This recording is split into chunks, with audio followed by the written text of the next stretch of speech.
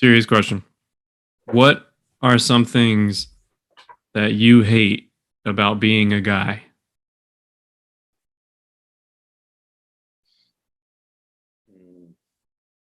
Um, I immediately remember back to Michael and during soccer practice, wishing he could unscrew his his Oh my god. His his stupid fucking idea, testicles. dude.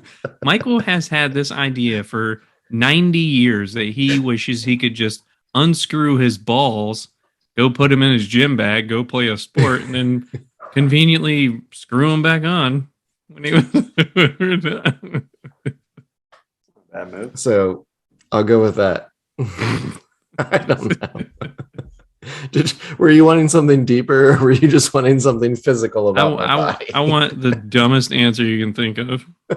I don't want anything serious, dude. Well, that was the dumbest answer I could think of. That was pretty good. That was pretty good. That does suck. Getting hit in the nuts. I mean, they just get caught in the way sometimes. You know, you just need to get them out of there. I wish I knew. It's pretty sweet though. I wish I knew. I asked L'Oreal this question, but obviously about being a woman, and There's so many things. yeah, her list was way longer than mine. I'm like, yeah. Any male trying to be like transition to a woman, I'm like, that's gotta be from within, because why the fuck wouldn't you want to be a dude? It's probably better. Yeah. Do you believe in forgiveness and second chances, Wes? Yeah. Because you're a pretty big like first impression guy. I feel like because you have told us before that right from the rip you fully trust somebody, and if they blow that, then I don't know. I feel like I don't think you ever get it back fully. I mean, if you do, it's gonna take a lot of time and effort. But I believe in second chances just because I've needed them and they've been given to me. I'm grateful for that. So I try to give it, but fucking fool me twice. Like that's probably about all you're gonna get. Yeah. Yeah, I do. Do you? Yeah, I mean, I think I'm right there with you, man. I try to train myself to think that like, you need to give me a reason not to trust you before I just instinctively don't trust you. So I try to be that kind of person. But I also feel like I'm a pretty good judge of character. Real recognize real, and if I don't think that you and I vibe, then more than likely I'm not gonna try to put forth the effort to make the relationship last. You know? I feel you. I'm a good judge of character after a while, but like some of my closer friends coming up in the military, I initially did not like them, and then like spent time with them. I'm like, oh fuck, I do like this guy. But I think also as I wasn't exposed to very much growing up, so like anything out of my norm, which was a lot, I thought was weird and I shouldn't trust. But now that I've got a little more exposure, a little more life experience, less people seem that odd to me where I kind of immediately shut them out. Yeah, I think it's more so people that try to like push other people around and kind of be like, I don't want to use the word bully, but more, and I don't want to use the word direct, like kind of like the hard nosed individual for no reason. Yeah, if they're strict on themselves, I'm super down with that. But if For sure. if they're fucking with other people, like Yeah, I don't have space for that. that's what I mean. Yeah. But I mean, it's funny that you say the military thing because I have friends now that, my first impression to them had to have been horrible, like just terrible. And now we're like great friends. Yeah. So like, I think relationships can sometimes take a while to build. But Yeah, I don't think I've been a lot of love at first sight for some people. yeah, Yeah, I'm an acquired taste, I think. sure, sure. Kyle, what about you? How are you in this question? How do you feel? Sure, second chances and forgiveness. Yeah, yeah. And I agree. I've definitely met people where I've probably gone home to Kelsey and said, like, that fucking person sucks or something. And then like all of a sudden, a couple months later, I'm like, Yeah. wait a second. Yeah. So Logan. yeah, it's definitely like, I think it happens mostly with me if I'm expecting one thing and then get something completely different. So it's all probably on me and not that person, but Yes. for the most part. Yeah.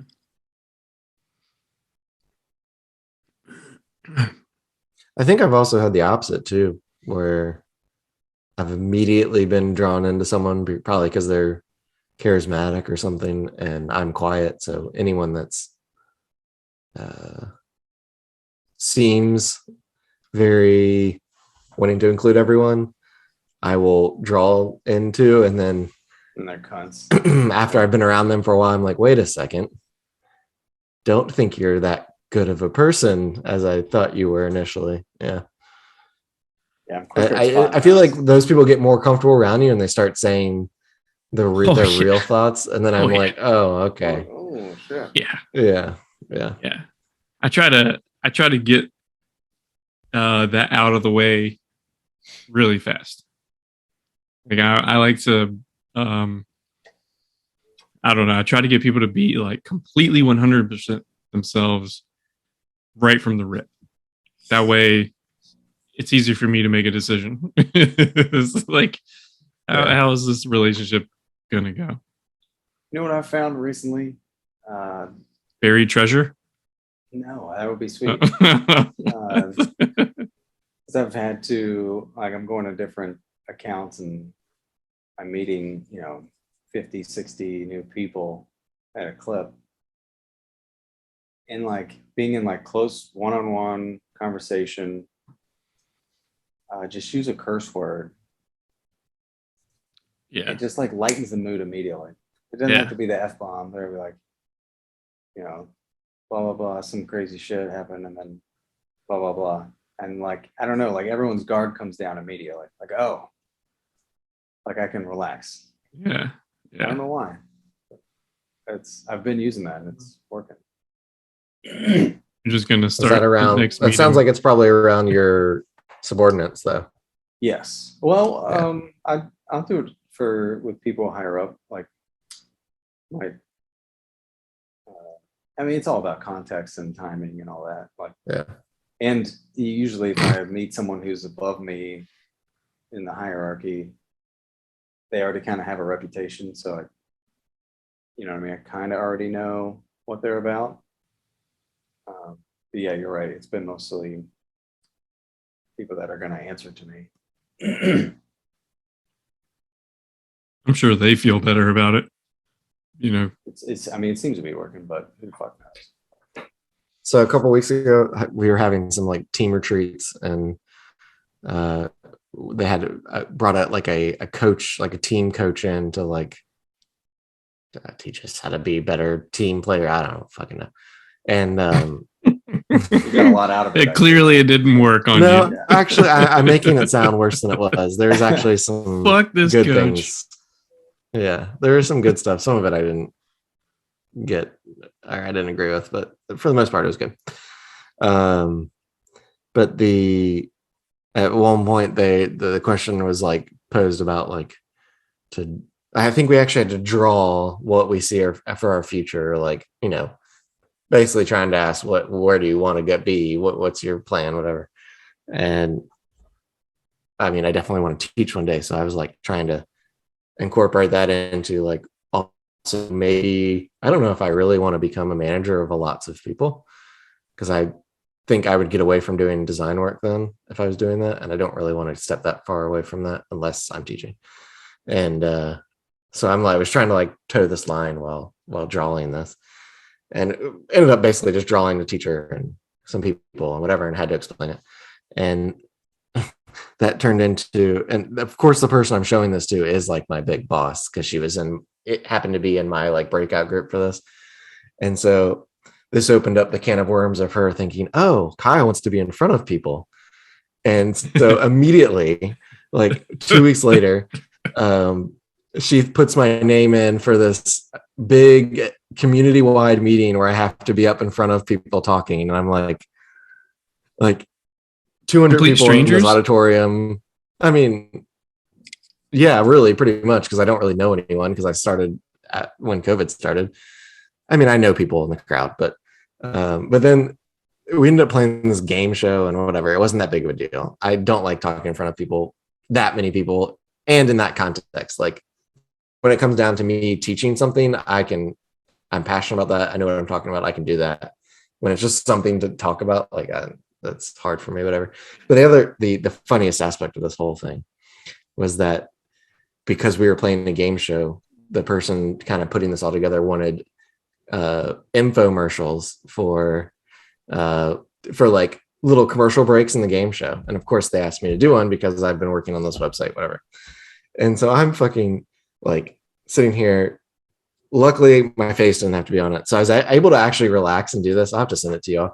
And like, I'm trying to like be like Billy Mays and like talking about this website. And then like my last line of the infomercial, I went into the whole like Men's Warehouse thing. And I was like, we think you're really going to love the new website, or I don't know, whatever the hell I said, but like, I it was guarantee really, it. yeah, essentially that type of thing. And I don't know. It was really just annoying that, like, of course, after I say something that I get thrown into that stuff. But the funny thing is like, I had multiple people come up to me and say, oh, you're good at VO. You should be doing this stuff. I'm like, what the fuck are you talking about? No, Jackie was talking about that today, how she doesn't like public speaking.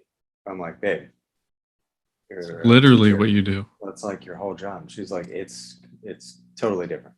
Like, one, it's kids, and two, it's like I'm just basically reviewing a lesson that I put together, and there's like a start and an end, and then I make sure everyone grasps the context of what I'm doing. Yeah. Like, yeah, that's what a speech is. I think it's even easier in a speech because who gives a fuck if they catch on? Yeah. They're not being graded. No, I get it. I get what she's saying. You could throw 20 people, doesn't even have to be kids. You could throw 20 of my peers in a room and tell me to teach them something, and I'd be way more comfortable doing that than trying to prepare a speech. I don't know. It is a little nuancey, but it's the same thing. Yeah. I get it, but in my head, the teaching would be way easier. The stakes I think it's different. I guess. I think it's more difficult to speak in front of a smaller, 10, 15 people, even if they were complete strangers.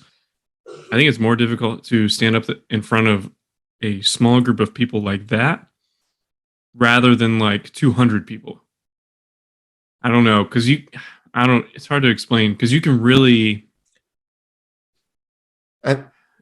if you gave one person the wrong vibe in a 15-person crowd, that energy could translate and be passed on to those 14 other people. But the numbers are greater if it's in a larger group. If one person's not feeling your shit, then you have 199 people that may. I feel like Yeah. I see what you're saying, but I feel like you could gain the small crowd back faster if you lost them. Oh yeah, it's like a risk and reward type of thing. Yeah. Like if you told a bad joke, you could win them back faster. You could get slapped in the face. Oh yeah, yeah. Don't let.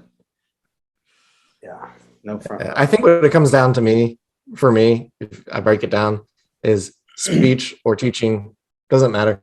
If it's on a subject I know a ton about and am passionate about, I think I'll be fine either way. I think it's a lot of the speeches I've had to do in my past have always been on something I had to research. Yeah. And it's like just not like if you just want me to stand up and like even I've noticed this and throughout conversation in life, like I can light up quickly if it's about something I know a lot about, and I won't have a problem talking to you about it. But I don't like to talk that much if I don't fully understand it, or because I don't want to say the wrong thing or sound stupid or anything like that. Like, You're assuming there's someone listening that knows more. yeah, I guess. And they're gonna call you out. Yeah. That's how I would feel. I agree with that. But if they the right person, then they will look at it as they're not necessarily correcting you, but they're teaching you rather than like shaming you. Yeah, but then I'm like, I should probably be in the crowd listening to someone else talk about this thing that I Rather than giving the speech. yeah. Yeah. Guess it depends on how you sell it. Well, and what it is. Yeah. Yeah. I mean, it's definitely easier to talk about something you're more knowledgeable about, more passionate about. Yeah, I rarely have to do any sort of public speaking that's not revolving around what I do day to day. So I don't get thrown into those situations very often. I've had to give plenty of meetings where I'm meeting with a client who, we don't see eye to eye right now for financial reasons. And I have found that if you take away the big picture and you get them to focus on a particular issue, that it's kind of like a common ground. So like, how can I explain this in layman's terms? Like instead of, if you were to owe me $50,000 and my company was like, I'm not going to move your product because you owe us this $50,000. But if you pay me $30,000, I'll move your product. And getting the client to focus on that 30,000 and be like, look, it's not as bad as we think it is. You only owe us 30,000 and we'll continue business. And I'm telling you, dude, I don't know how many times that has worked for me, but if I just get them to focus on a particular part of their bill, their statement, they're just like, oh yeah, no problem. And I'm like, this reminds me of something I read the other day about how Steve Jobs with the iPad, how he was, I mean, I don't even know if it was his idea, but the person was trying to say it was his idea, but like the first iPad press, whatever conference thing, whatever, the whole press conference that he was saying $9.99 the whole time. It's gonna be $9.99. And then he goes through, talks about all these great things about the iPad. And at the very end, he's like, but the best part, it's $4.99.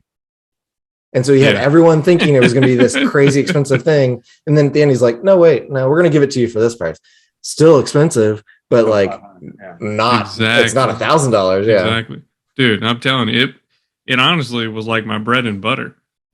If I was going into I was one of my last days with my previous company, I had one of these meetings and I was nervous as can be because my manager, she was a beast, dude. She was awesome. She decided that she couldn't make this meeting.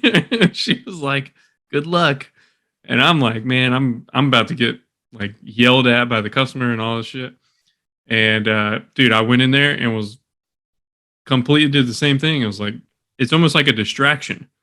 Like, yeah, you owe us this much, but if you pay us this much, we're all good. And they're like, sold. Right away, dude. And then it was like, oh yeah, we'll play ball. We have no issues with you guys. I feel like that could have been an email. Oh yeah, dude. I would say 97% of the conversations can be an email, but email etiquette is no bueno. Sometimes people are not direct enough through written word. They have to say it through a phone. I don't know. It can definitely be all email though. It's kind of on topic, but not kind of going off a little bit. But do y'all know who Michael Lewis is? Author, Big Short, Moneyball. Yeah. Yeah. So I haven't actually read any of his books. I've watched the movies that are from his books.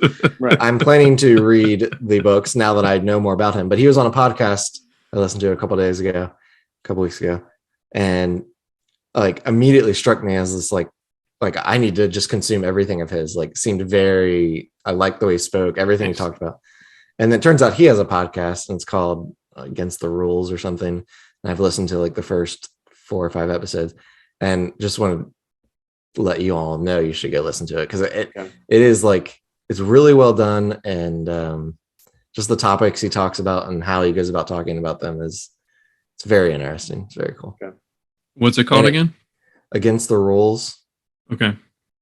And the premise is like the lack of refs in today's society, and like the first episode is actually about NBA refs to tee it all up, and then he goes into like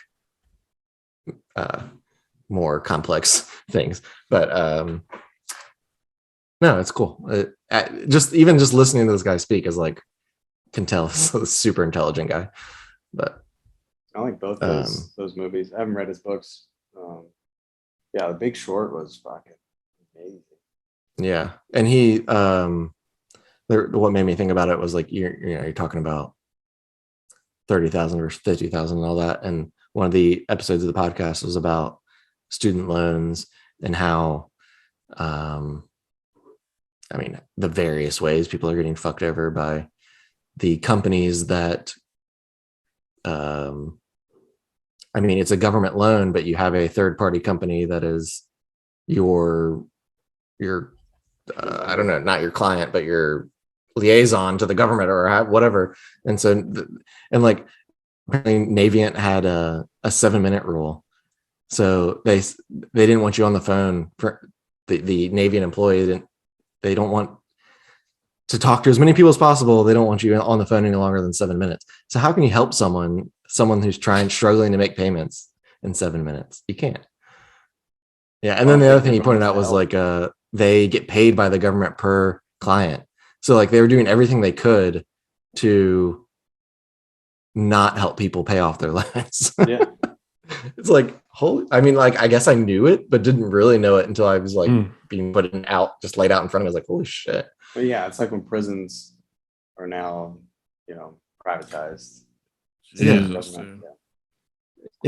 And then like, I go into all this, but the last thing I'll say about privatizing and all this, it dawned on me this year because we owed a lot on taxes, and it was our fault. We didn't set up our withholdings correctly, whatever.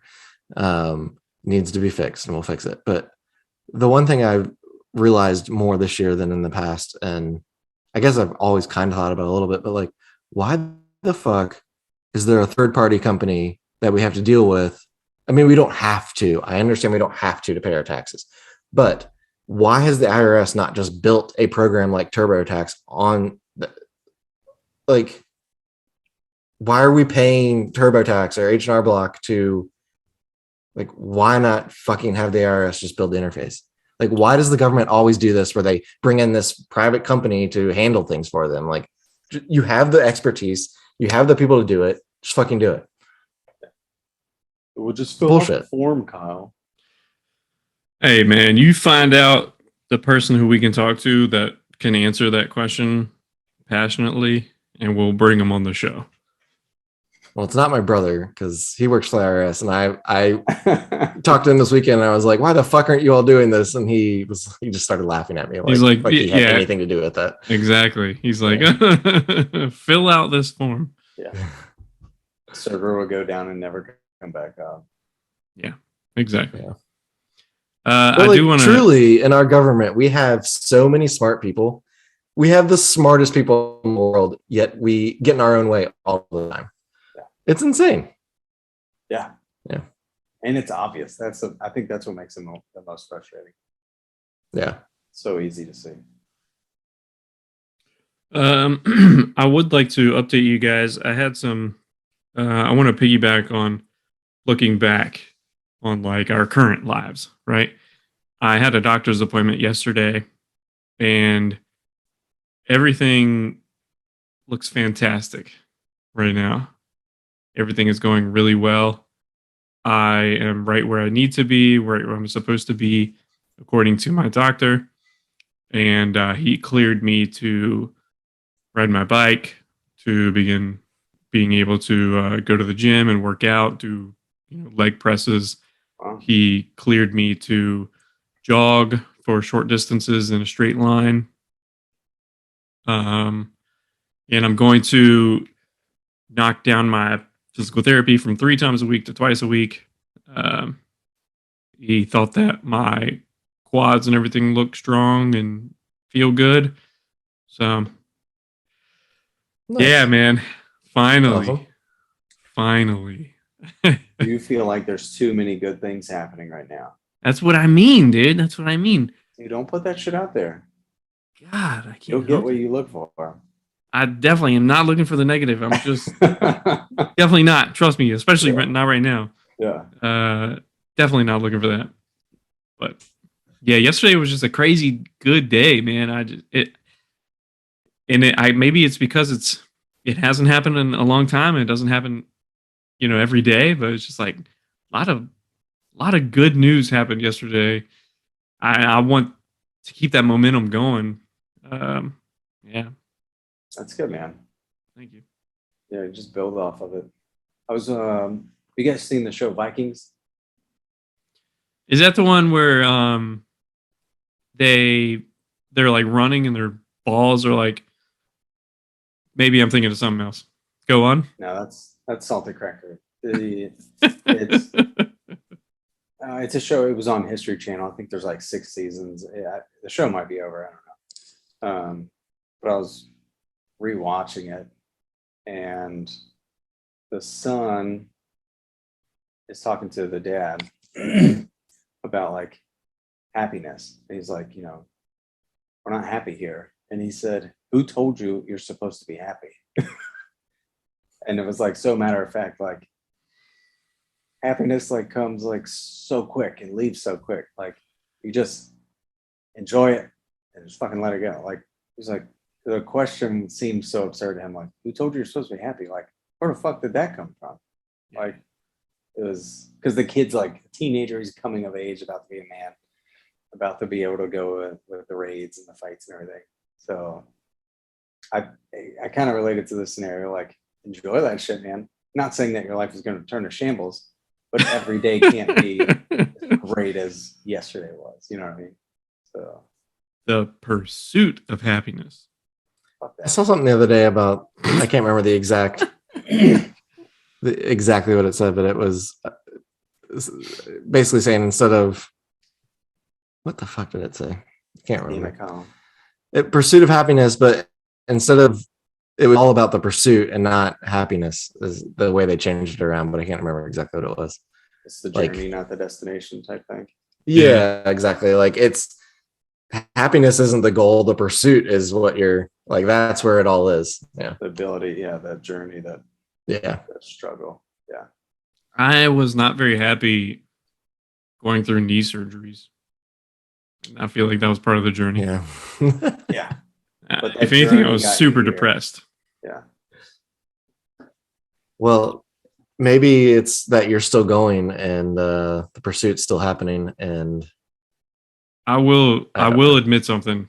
I feel so determined after this surgery. I mean, way more than I did before, because the previous surgery number 4, I remember telling you guys, I was like, this is it. Gonna fix my knee. Everything's gonna be good again. And obviously it wasn't. And now that I'm only 4 months out from surgery and I'm in the condition I am and I'm doing as well as I am, I mean, it is just like a fire under my ass to just like push and push and push and push and push. Like This I've been one patient. felt like this was the last one.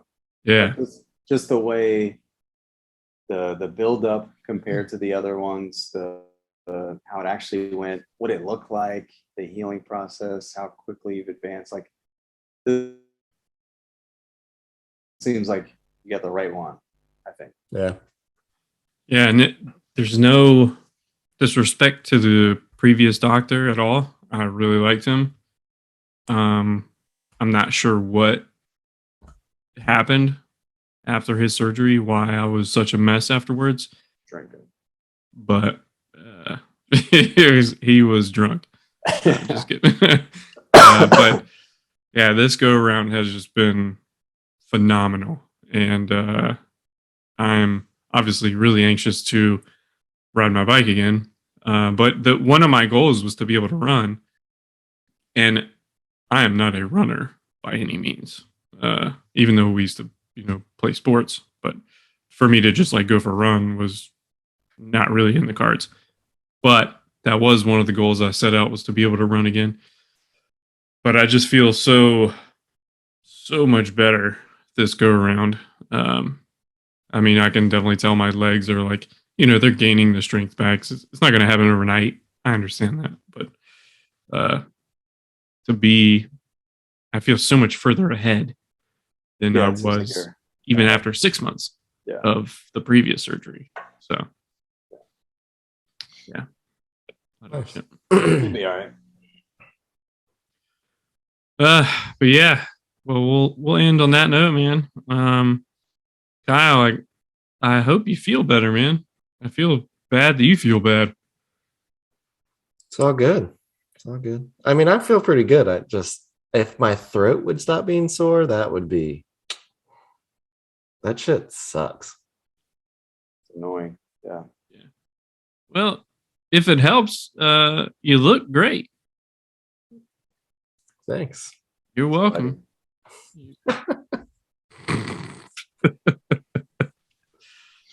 Well, shit, fellas. Thanks again. Sorry for keeping you guys longer than normal, but oh my God, Kyle, put that Endeavor hat back on. This episode is not sponsored by Jergens.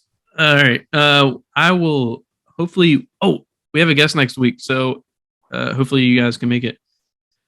Should be a fun one. Okay. It's 2 guests actually.